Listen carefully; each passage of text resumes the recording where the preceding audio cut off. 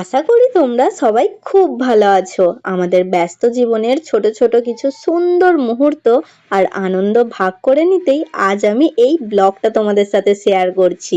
আজকের ব্লগটা একটু অন্যরকম, তাই একদম শেষ পর্যন্ত আমার সাথে থেকো। আসলে অনেকদিন ধরেই ভাবছিলাম এই বিষয়টা তোমাদের সাথে শেয়ার করব, কিন্তু সুযোগ হয়েই উঠছিল না। আজ সময় বের করে ভাবলাম বসেই যাই। তো আজকে আমি তোমাদের দেখাবো আমাদের এখানকার মানে গুজরাটের একটা ভীষণ সুন্দর পার্ক। এই পার্কটা অনেক দিন ধরেই আছে, তবে আবারও সুন্দর করে রিক্রিয়েট করা হয়েছে। এই পার্কে আগে বাচ্চাদের অনেক কিছু খেলাধুলার জিনিস ছিল, যেমন দোলনাদোলা, অনেক কিছু জিনিস ছিল। কিন্তু এখন এই জিনিসটাকে না একদম জু বানিয়ে ফেলেছে। আর চিড়িয়াখানায় যাওয়ার তো কোনো দরকারই নেই। এখানকার হাতি ঘোড়া বাঘগুলোকে কি সুন্দর আলোয় সাজিয়ে তুলেছে দেখুন। বিশেষ করে বাচ্চাদের জন্য কিন্তু এটা একটা দারুণ ব্যাপার। চারিদিকে এমন ঝলমলে আলো দেখে তারা যেমন আকৃষ্ট হবে, তেমনি খেলতে খেলতেই এই পশুগুলোর নামও খুব সহজেই তাদের মনে গেঁথে যাবে। আমার ছেলেটার আচরণ দেখে তো তোমরা বুঝতেই পারছো, সবকিছু খুঁটিয়ে দেখছে আর আঙুল বাড়িয়ে জিজ্ঞেস করছে, মা এটা কি? ওর এই অজানাকে জানার আগ্রহ দেখেই সত্যিই অবাক হই।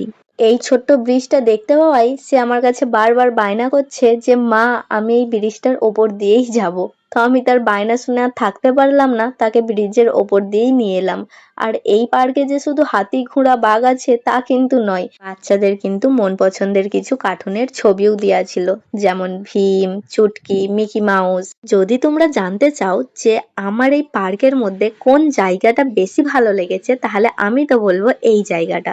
কারণ এখানে ছিল পৃথিবী, চাঁদ, মঙ্গল গ্রহ। কারণ আমার আর্থের জিনিস অনেক বেশি ভালো লাগে, তাই আমার তো এই জায়গাটা খুব সুন্দর লেগেছে।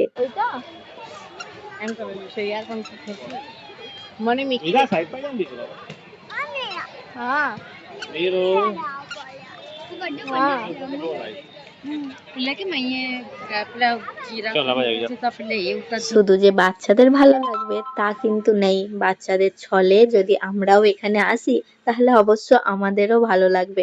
চারিদিকে এত লাইটিং ঝকঝকে তকতকে করছে যে না ভালো লাগার কোনো কারণই নেই।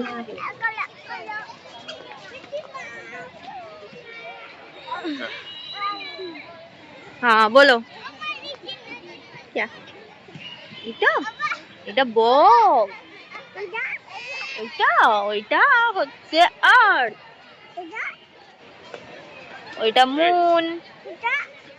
কোনটা? এটা ওগুলো সব এক একটা গ্রহ, বুঝতে পারলে? হ্যাঁ।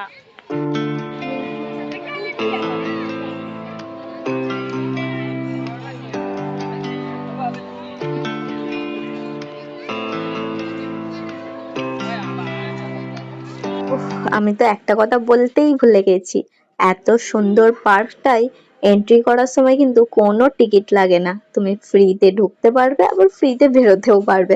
অবশ্যই ফ্রিতে ঢুকতে পারলে তো ফ্রিতে বেরোতেই পারবে, তাই না? আমিও কি সব বলছি।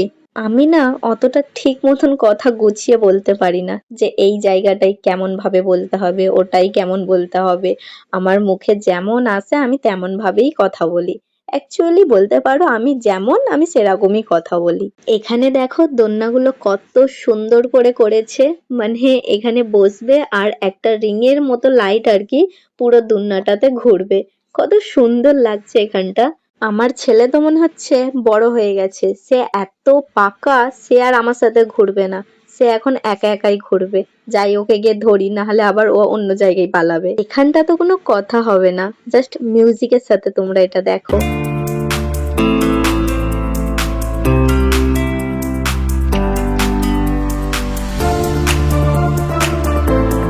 रिहान रुको, गिर जाओगे, बैठना है उधर।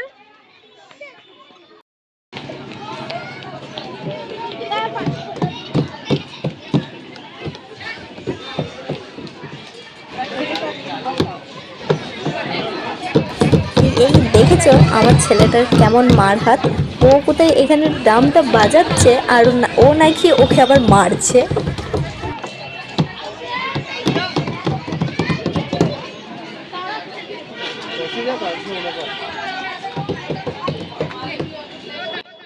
গাইস কখন থেকে এখানে বসে ওয়েট করছি শুধু ওই ডিলটাই বসার জন্যে। দাঁড়াও দেখাই।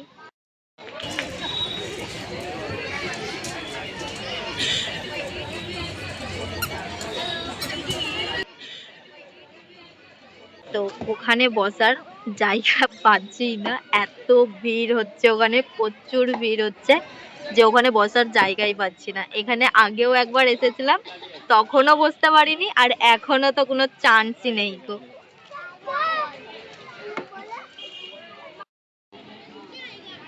ওই কি করছিস? দেখো ওখান থেকে পাথরগুলো তুলছে আর এখানে ছুঁড়ছে।